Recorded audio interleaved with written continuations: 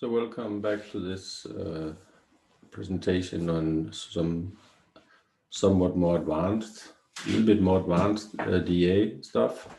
And this, the second part, I'm going to cover this ratio interpretation of the DA program.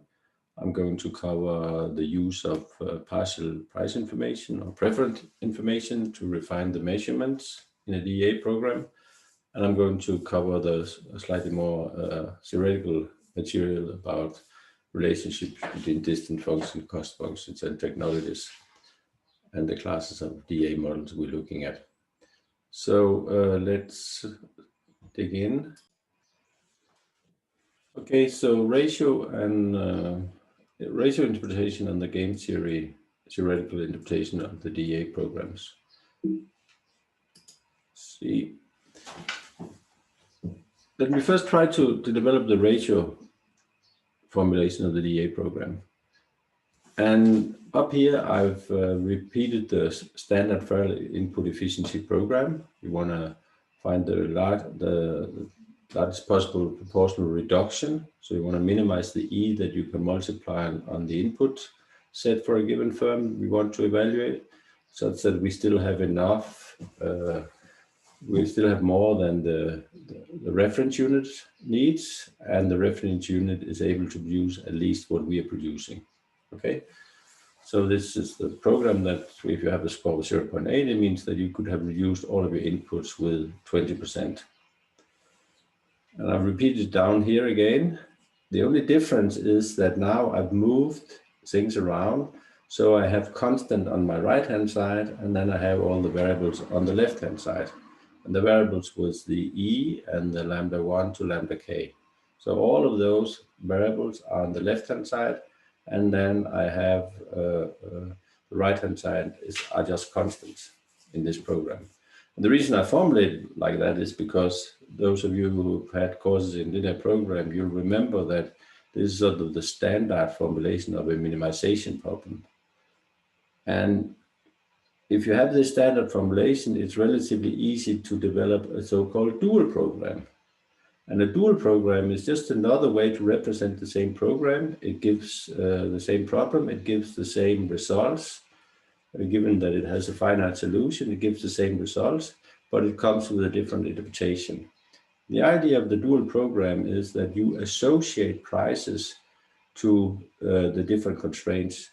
So we will associate a price vector U to these P input constraints, and we will associate a price vector V to these Q output constraints. And then we'll associate phi to this last constraint if it is present, this constraint related to returns to scale.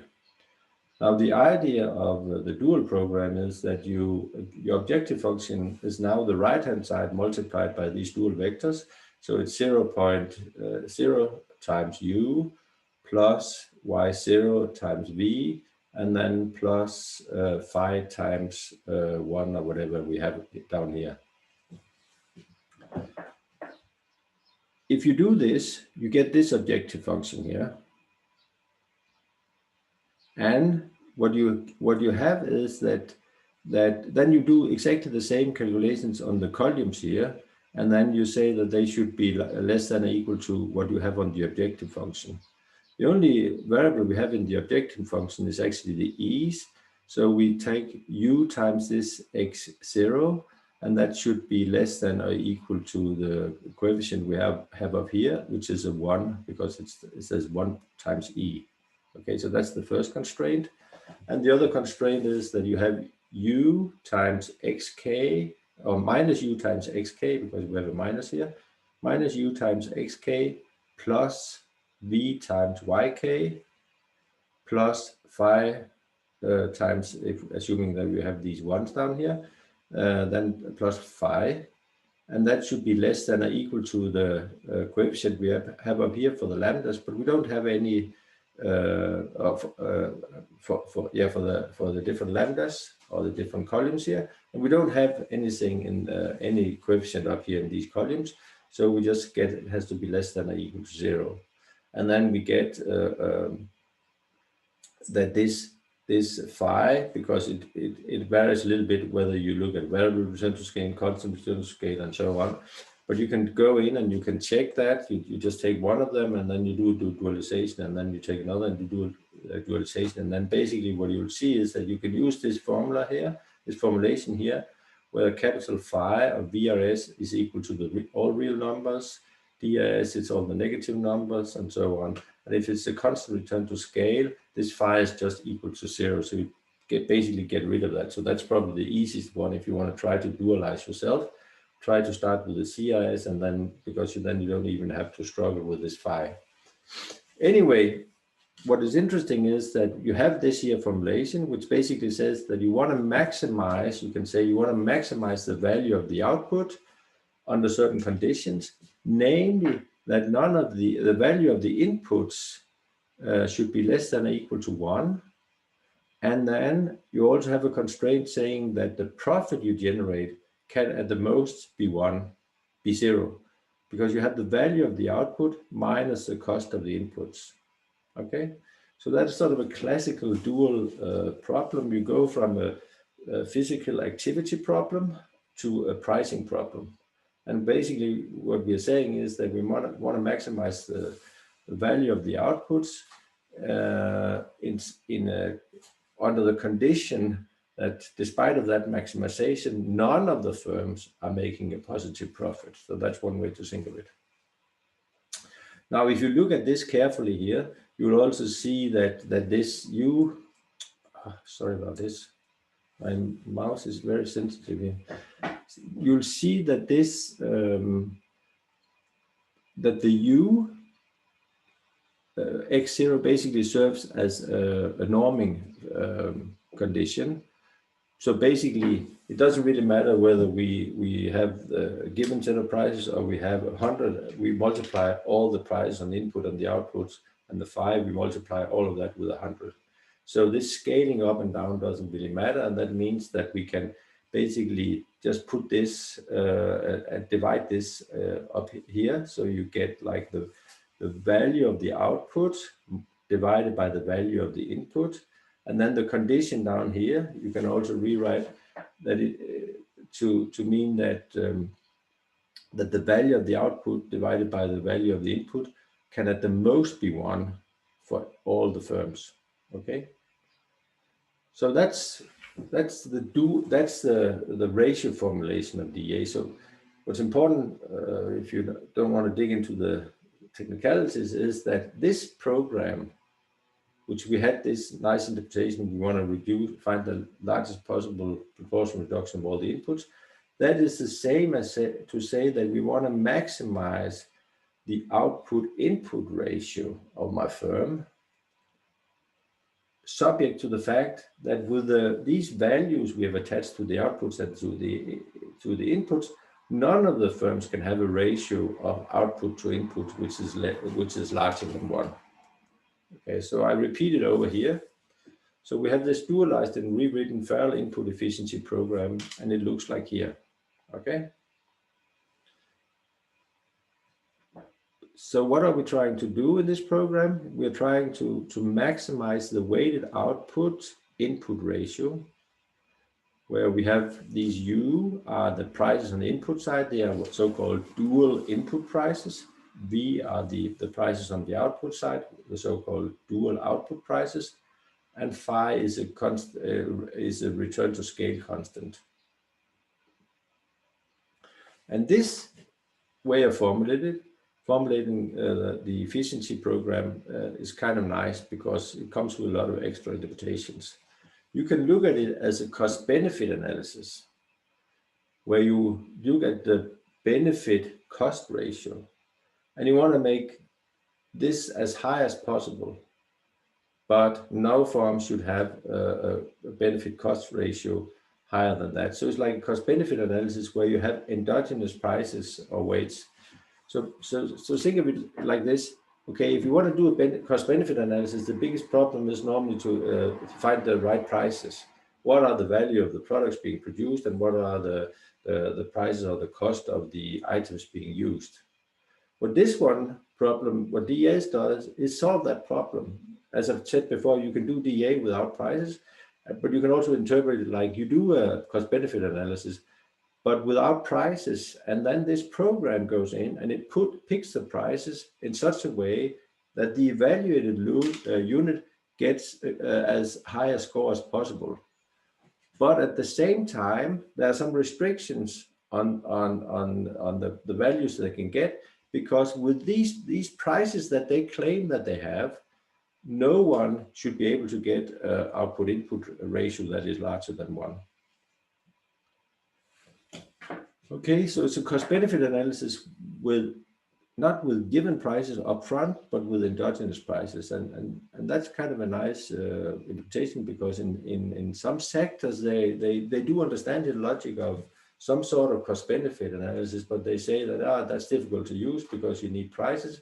You can now come with the DEA program and say, okay, that's fine, but actually the DEA program can help you set those prices and basically choose the price that puts you in the best possible light. I want to note also that this program here is actually the original formulation of the Chance-Cooper-Road model, this first DEA model. That was actually formulated in this way here.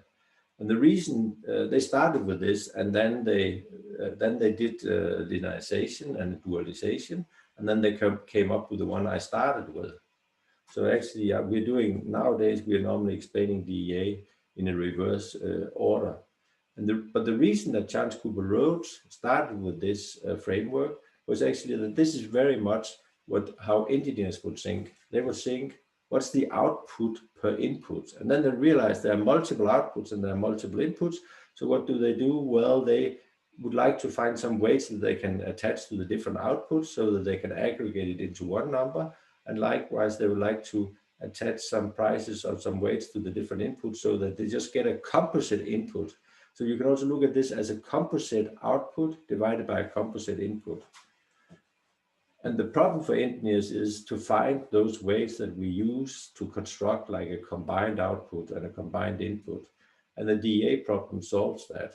It finds the combination that makes the individual firm look as attractive as possible, but subject to the constraints that if we use, in principle, you can just put a very high weight on the outputs and a very low weight on the inputs, and then you get a very high score.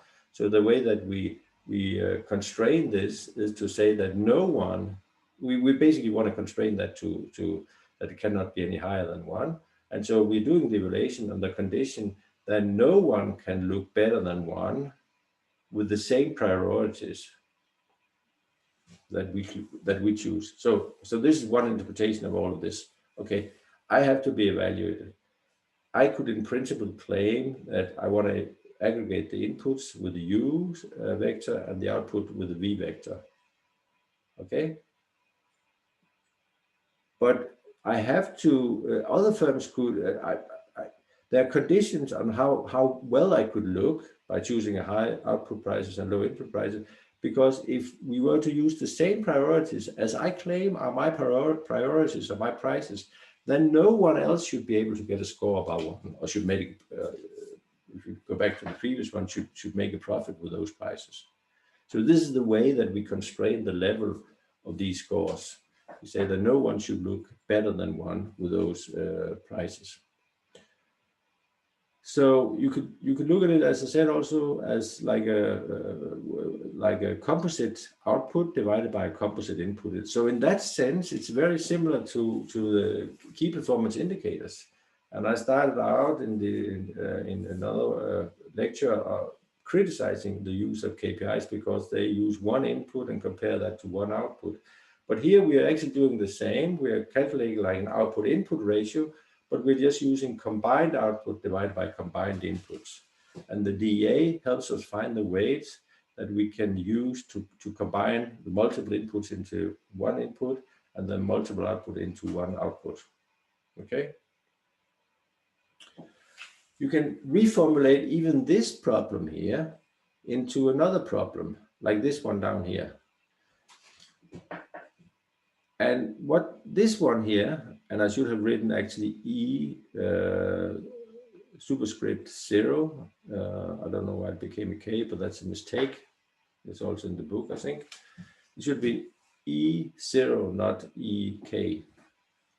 So how can you interpret this program? Well, it's like a game being played between a decision-making unit and an evaluator. The idea is that the decision-making unit, it would like to look as good as possible. So it chooses the prices on the input side, the output side. So it chooses the priorities or the prices that they would like to be evaluated under. So it's perfectly fair that a hospital say that, okay, we really value heart operation much higher than knee operations. And we really think that doctors and nurses are sort of more or less equally expensive to have in the hospital. They can make that claim, but then if they make that claim, the evaluator will go out and find other hospitals that if they are subject to the same prices and priorities, they would also do really well and preferably even better than that. So basically, I'm trying to maximize my score divided by the other scores, the score of these other firms. But the evaluator goes out and tries to find a comparable hospital that are having a really, really high score, so that my score looks less impressive, and so that the ratio of my score divided to their score is as small as possible. So you can say that the decision-making unit selects the prices and the evaluator selects comparator, the K.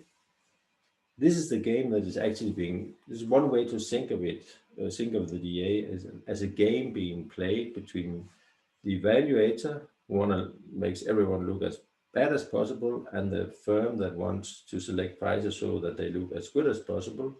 But since we can kind of calculate our way in how this will unfold, then we can actually do the whole analysis, where we sort of implicitly give the DMUs the freedom to choose their priorities. So you can say that DEA is a way of evaluating that. This is another way to say we don't need prices, but another way to say that is that we don't want to make judgments about what the firms are prioritizing or what the organizations are prioritizing. But if they claim that they do prioritize certain services over some other services and some certain inputs over some other inputs, then they should at least do it efficiently. So if I can go out and find another firm that are doing better with the same priorities as this first firm is doing, then I'm actually looking, then the first firm is looking less impressive. Okay, so let me try to repeat. We don't want to impose any specific preferences on the firms.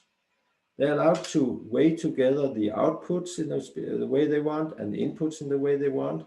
But if they really want to use those preferences, then they should at least do as well as possible, and as well as the best of the other firms are doing with the same priorities.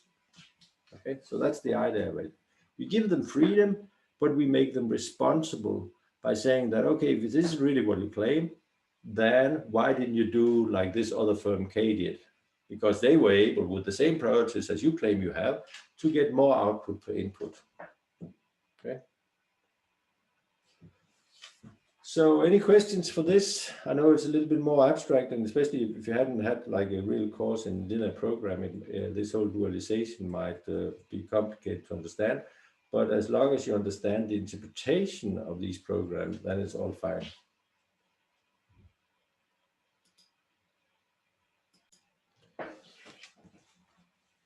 Okay, so let's move to the next set of results, which is related to this dual formulations that I've already introduced. But now we're going to take the evaluation a step further by relying not only on the physical data, but also on some more information about preferences or about prices. So let's do that.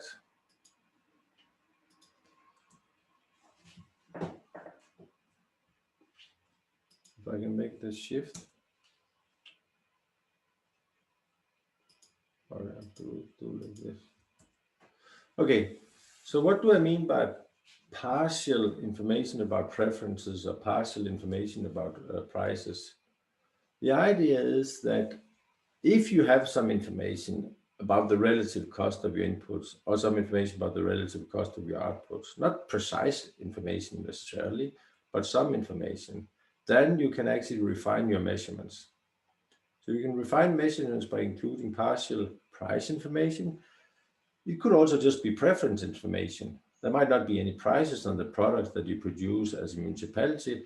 So what you could say is that, yeah, but that's the politicians' preferences that we should take into account. Another thing you might know is that you might actually know something about the trade-offs that you're willing to do, but also the trade-offs that are technically possible, or the rate of substitution, or the rate of technical substitution in a production context. So maybe you have more information than just n data points. And the question is if those types of extra information can actually improve the evaluations. And that's what I'm going to show. I'm going to show you how to include such information and how that will impact the evaluations. So here's a small example of what I'm thinking of. So let's assume you have a hospital, and or you have several hospitals, A, B, C, D, and then you have E. Actually, this is also called E, but you have one of these hospitals, E, and then you have the other hospitals, okay? And we have observed the input consumption of those two inputs, and we assume that these 3, 4, 5 hospitals are producing the same outputs. Now, A, B, and C, and D are all fine. You can say they create this frontier here. But now look at E. They are also sitting on the efficient frontier. We do know that there's some slack, but still they're sitting at the efficient frontier. So they'll get a feral efficiency of 1.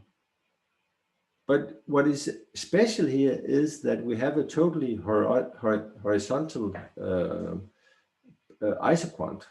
So it's basically saying that it doesn't matter how many nurses you get to a point where it doesn't matter how many nurses you get, you cannot operate these hospitals with fewer doctors.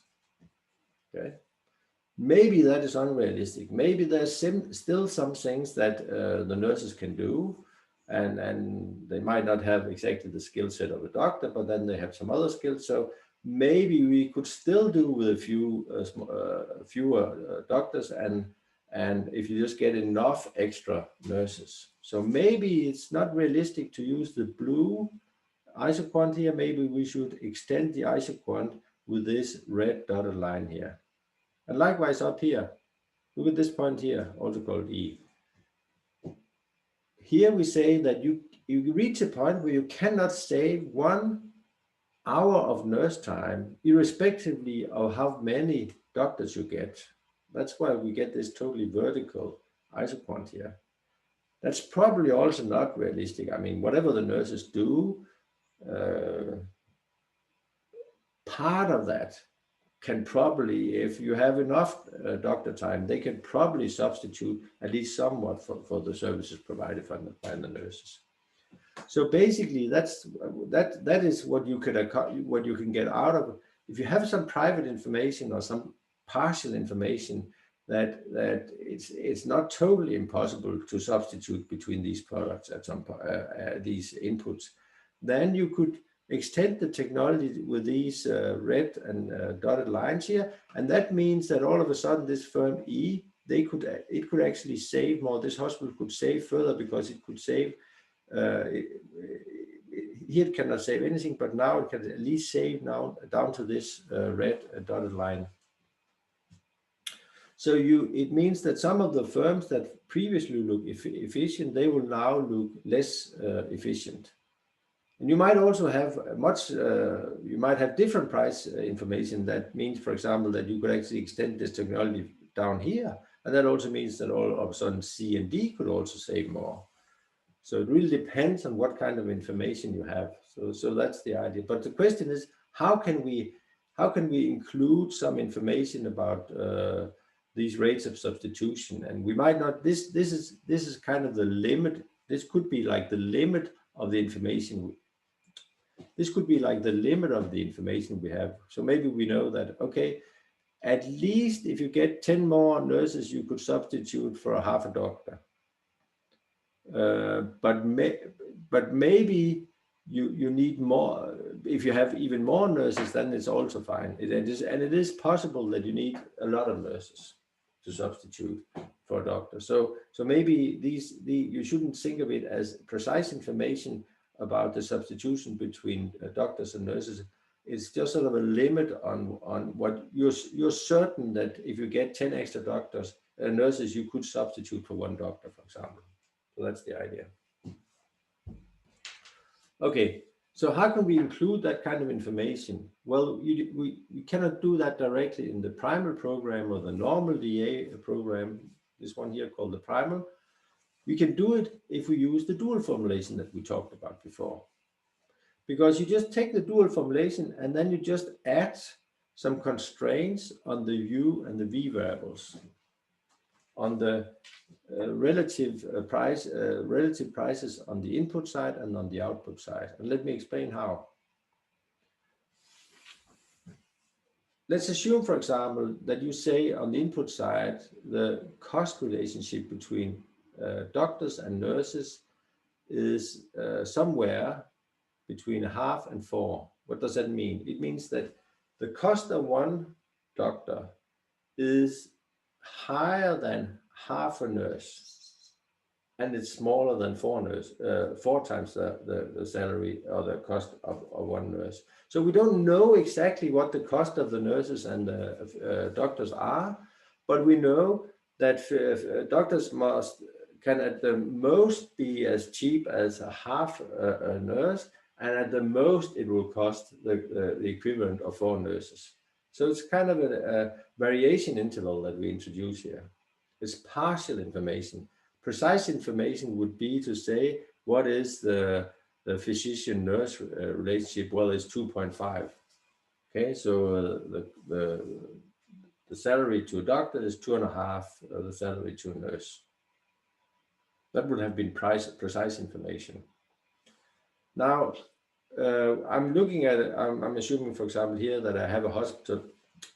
I have a hospital that are doing knee and heart operations, and then you can say again that the value of a heart operation, it could be prices that you can charge the consumers, but it could also be values. You say that the value of a heart operation is at least as high as the value of a knee operation. It is as valuable to do a heart operation as a knee operation, and it is possibly as valuable to do a heart operation as it is to do 10 knee operations. So you say that you have some information here about your preferences for doing heart and knee operation. This is a so-called assurance region of type 1, and in a general way, you can look at it over here.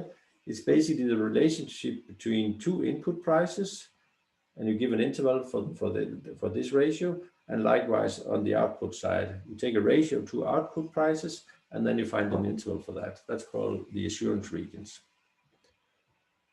If you look at it carefully, you will realize that what you can actually do is that these price relationships, they basically give the slope of the rate of substitution. I mean, if you look at the output isoquants and you want to identify the slope, then that is determined by these ratios here. So for example, here, if I want to see how many nurses do I need how many knee operations do I need to make in order to be indifferent between doing more knee operations? Okay, let me start all over. How many extra knee operations do I need to make to compensate for doing one less heart operation? So what's the slope? If you have a diagram on the output side, and you have you have hearts and you have knees, what's the slope of that rate of substitution there, or your indifference curves, however you want to think of it? Well, that is basically the inverse of this here. So it is, so it'll be somewhere between a slope of 1 and a negative slope of 1, or a negative slope of minus 1 divided by 10, so minus 0.1. So in the worst case, you need to do 10 extra knee operations in order to compensate for one heart operation. In the best case, you just need to do one extra knee operation to compensate for one less heart operation. Okay, so this is another way to, I mean, these weight restrictions that we do in the assurance region of type 1 kind of constraints, it is basically constraining the slope of the indifference curves, or on the rates of technical substitution on the output side, and likewise on the input side. So here's an example where you can actually try to play around with this data set here with the nurses and the physicians. These things take a little bit of time to grasp. So that's why I've made this really small example. And here you can see the R codes that you can use to try to analyze it. First to analyze it, and then to without price restrictions. And then you can try to introduce, so this one, for example, do the DEA country return to scale program. And what you see here is I've written dual equal to true. That means that I would like to see what kind of dual prices, what kind of U's and V's do I get out of the analysis. So the dual prices you can get out of the R program really easily by just saying dual equal to true. Normally the standard is the dual equal false, because most times you don't want them out. But if you want them out, you can just write this, and then you will actually get an output that looks like here, where you see the efficiency scores, you see the relative price, you see the prices of the first input, the second input, the first output, the second output. And if you want to restrict how these dual weights could be, then you need to introduce a dual matrix. And this is the one that I'm describing here, corresponding to doctors, cost of doctors, cost of nurse is somewhere between 1/2 and 4. And likewise for the hearts, you just define a matrix like this. And then when you do the DEA dual, you call now the DEA dual because you want to put restrictions on the dual, and then you tell the system that the dual restrictions you want to use is contained in this matrix dual. You have to try it yourself, but you will see that this is how it works. And you can also, it will also be good for you to try to read the manual, or at least a little bit of the manual for this DEA dual, because it explains how to put up these dual constraints in a matrix. And the way we have done this is that we are always looking at prices or priorities, input prices and priorities relative to the first input. So this is also what we do here. You see, you have nurses is the first input and physicians are the second input. So we're saying, what is the cost of a physician compared to a nurse? So it's always, because the absolute values doesn't matter for these prices. It's only the relative values. And so we make the values relative to the first input, and likewise on the output side we do it relative to the first. So here this is heart compared to knees, and that should be between 1 and 10. And that's also the way I explained my example before. And now if you do that, you solve the problem now, but with these extra constraints, and then you get these constrained DA results, and they're given down here. And now you can try to take a closer look and see how before all of them had an efficiency score 1. Now only 2 of them have an efficiency score 1. So try to make note of that, and try also to see how these dual prices have changed. So they're different up here and down here. And the reason they're different is because we have these dual constraints. You can try to see if you can understand how these dual prices have actually changed. So that'll be a useful exercise to do. I would also like you to do an exercise where you can actually try to do the same in interactive benchmarking, and it's explained here all the steps you have to go through. Go to this homepage, plug in your passwords, and then try to do this analysis. There's a tab in the benchmark tab where you can ask to get the weights. And so, for example, this I've tapped that, and then I get this extra column here. Normally we just have 2 columns, but now I have a third column, which are the weights, which contains the weights. And then there's also a possibility to constrain the weights, which is over here. It says restrict weights. And then you have to plot in your restrictions, and using the same set that we had before. We had like 1/2 and 4 for the doctor-nurse ratio of price ratio. You do exactly the same here, and here we have the heart knee restrictions 110. So this is just a way that in the R program we feed it in as a matrix. Here is like a pop-up page where you can basically feed them in, and then you'll see how it also impacts the efficiency scores and stuff like that. So that can be a useful way to play around with this. I want to make a note of the type of restrictions that we allow. So before, what we were looking at was one input price compared to another input price. And that's the most commonly used type of restrictions you have. One is talking about assurance regions of type 2. If you want to fix the relationships between inputs and output prices. But normally, conceptually, it's much easier just to do it on the input side or the output side. I mean, on the output side, you might say, what is my value of one of the output compared to another one if you don't have any prices? And on the input side, it might be how easy is it for me to attract some of this resource compared to another one, or maybe there you have actually factor prices. So you can look at the public sector. They have for sure factor prices on the input side, but they don't really have any good prices on the output side. It's very hard for them to know exactly what should be the prices you attach to the different outputs. So normally it's best I would claim, to just use restrictions inside the set of outputs or inside the set of inputs, which is what assurance regions of type 1 does. If you want to use restrictions across inputs and outputs, so you want to say, for example, that the price of one new transformer can at the most be somewhere between this and this, then you can and you have cost on the input side, then you can also do that, and that is called assurance regions of type 2. We don't allow that in the R package with weight restrictions because it is much more problematic to interpret.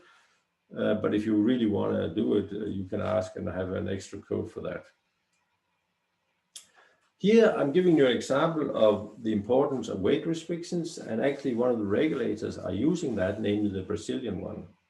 And what they're using is actually this type 2. They have relationships. Here you can see, for example, you have you do relationship between 2 outputs, underground cables and overhead cables.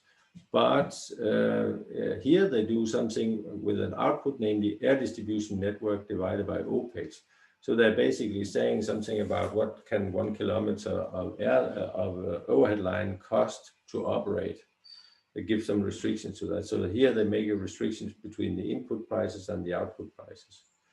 So they have been using these weight restrictions, and of course, as you can imagine, there's been a lot of discussions about the relevance of exactly those weight restrictions. And what is interesting is that they have a huge impact. So the black is showing results with or without. Think about whether the black comes from using weight restrictions or whether the red comes from thinking weight restrictions. So here for number let's say number 23 or something like that, they get 1 score here in one of the models with or without weight restrictions, and they get another score when they introduce or do not introduce weight restrictions. So my question is, think about whether the reds are with or without weight restrictions. Because, and now that you have thought about it, I'll tell you the answer. Well, the reds are without the weight restrictions. You look normally much better when you don't have weight restrictions, because you get a smaller technology. Remember my first picture, by having these weight restrictions, you extend the technology. You say that there are some rates of substitution that the models will normally come up with that is unrealistic. You can, of course, always save a little bit of nurse time if you have enough extra doctor time. So that's the idea. So it is you create a bigger technology effectively by having these weight restrictions. And that means that the improvement potentials now become bigger. And as you can see, it has a huge, huge impact. If I was to evaluate this number, firm number 8, for example, it will be fully efficient in the Brazilian regulators model for Brazilian distribution companies. But because of these weight restrictions that have been introduced, it drops its efficiency all the way down to around 0.4. So just because of these constraints, the model shows that you can save 60% of your cost. If it was not, if these constraints were removed, you couldn't make any claim about the cost saving potentials in that company. So they can really be important, have a significant impact, these restrictions. Okay. So time for a little bit of questions, and you can pause it and we can discuss. Otherwise, I just want to finish this presentation with a little bit more theory. I want to note that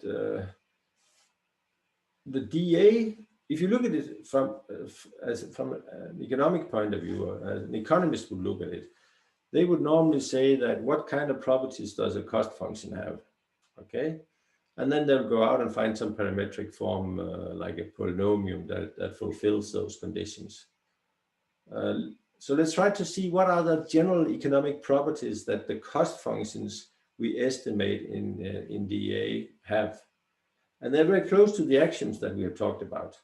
Okay, so we say that one action could be that we want the cost function to be weakly increasing. If I get more output, then most likely also the cost function becomes increases. There's probably also convex, so it means that it is more costly to produce. I mean, if you were to produce the average of two output profiles, that is cheaper than to produce them individually and then take the average of the two, or the weighted average of the two. So that means that it's the cost function is convex. It means that it curves up like this, okay? And then you have returns to scale property, saying that what happens if I scale with a value kappa, then the cost of the large operation, or the scaled operation, must be less than or equal to the scaling factor times the cost. So you can say, for example, that holds for any k, which means that you have constant return to scale, or you can say that it holds for k larger than 1, means that you have non-decreasing returns to scale or increasing returns to scale. And so basically that is capturing some ideas about returns to scale. And then subadditivity. Subadditivity is another property that some economic textbooks will impose on a cost function. It basically says that the cost of producing in a combined framework is less than or equal to the cost of producing in individual firms. Okay. And then adding the product after that. Now the question is, so these are sort of kind of conditions you will see in textbooks, that something similar to this is imposed on a cost function. So what kind of assumptions what kind of functions are we actually implicitly working with in a DEA? Well, we're working with the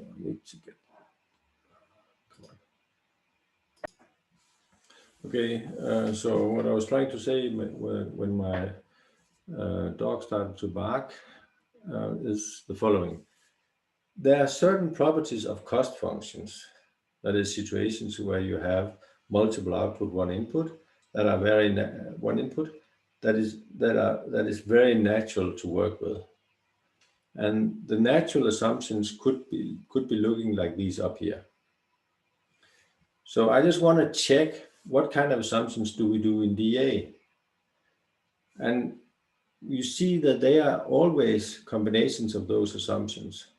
So when you assume FD8, you assume that you're looking for a cost function that is increasing.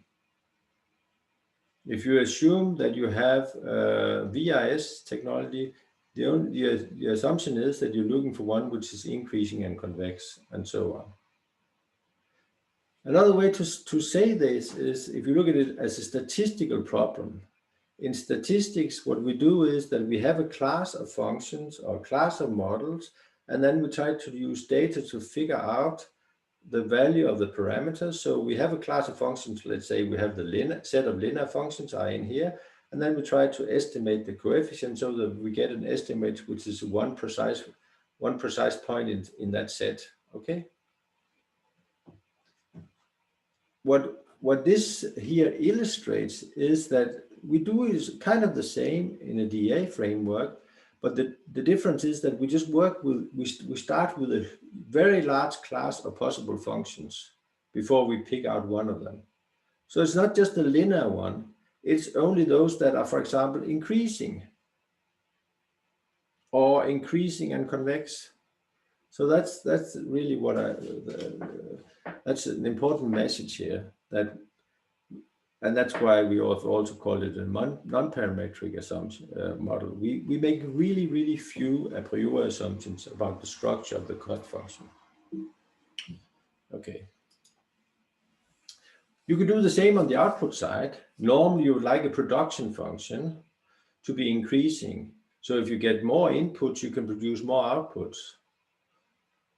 Okay. If you have if you take the convex combination of two input sets, then that can produce more than the convex combination of what they can produce individually. And you also have that it is super additive. And unfortunately, I turned the inequality around. So this one should actually be larger than or equal to. So what you can produce if you have the inputs of firm 1 and the inputs of firm 2 together is larger than or equal to what you can produce in input in firm 1 plus what you can produce in firm 2. Because you can of course always imitate what they did in firm 1 and 2, but maybe you could reshuffle the inputs so that you get a more productive mix in the two entities. That's one way to think of it. So these are natural assumptions you will make about a production function. And now what kind of assumptions are we making in DA? Well, we are making only assumptions like this. We don't make any assumptions about the functional form, it's being linear, log linear, whatever. We only make the assumption that, for example, the production function is increasing. Very weak as a priori assumption. We make the assumption that it is, for example, increasing and concave with variable return to scale. So again, from a statistical point of view, we start out with a very broad possibility set, and then we use data to pick out exactly which of these possibilities should we believe in. The final two slides is about dual relationships. I want to mention that there are different ways that you can describe the technology. We started working out with the technology, which is the set of input-output combinations that are feasible in the sense that the inputs here can produce the outputs. So that's the technology. If we assume that this is closed and that the input and outputs are freely disposable, as we talked about, you can throw away input, you can throw away output. And if we assume that this set is convex, as we are doing most economic theories, and we assume that this set here is bounded for each x, and what does that mean?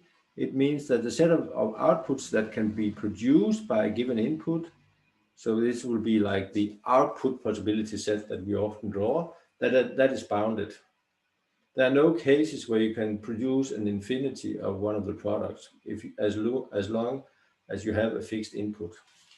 If we make those 4 assumptions, then we can find out some relationships between technology, between cost functions, and between the distance functions that I'll show in the next slide.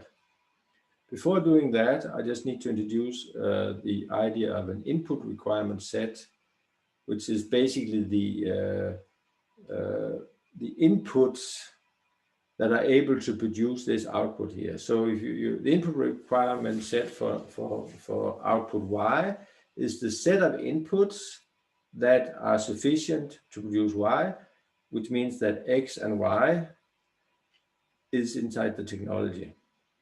And you can now do, so this is what we have typically been drawing. So you fix the output, and you've seen that a lot. So you fix the output of a hospital, and then you have your doctors and nurses on the input side. You have like a set of possible combinations of doctors and nurses that are able to produce it. And if you take the frontier of that, you get like the isoquant of this input possibility set or requirement set.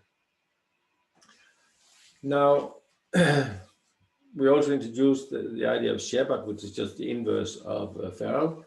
And so these are the typical input efficiency measures and output efficiency measures used by people that prefer Shepard to Farrell. And we also need to introduce a general cost function. Before we oftentimes just look at a cost function as just saying, what is the cost as a function of Y? The general cost function is actually asking, what is the cost, the total cost of producing Y when input prices are omega? Okay, so that's an extended version of the input the cost functions that we have looked at a lot. So that's important to know. This is the general cost. This is what economists will call a general cost function. It's what they will call a cost function. The other one is just a production it's just a one input, multiple output technology, so to speak. Anyway, so this one here is the minimal cost of producing Y, given that the input prices are omega here, and what this is it is you minimize over the set of inputs that are able to produce the output. The input requirement, there should be in the input requirement set for Y, and then you just find the cheapest possible input combination. So now we have all the concepts in place, and what is interesting is that first you can see that you can define, if you have the technology, then you can define the distance functions. But what is cool is also that once you have the distance function, you can also calculate the cost function. And once you have the cost function, you can calculate the distance functions. So all these concepts are principally just 3 different ways that you can describe the same technology. So you need to think about in real world applications, whether do you like mostly to think in terms of the technology, or do you like to think in terms of the distance functions, or do you like to think in terms of a cost function? And that also depends a little bit on what kind of information you have. I mean, do you have data on prices? If you have and some physical production, so that you can go out and estimate a cost function, a general cost function like that, because then you can basically, based on that, you can reconstruct the whole technology, assuming that these agents are acting profit maximizing. Okay. Let me sum up.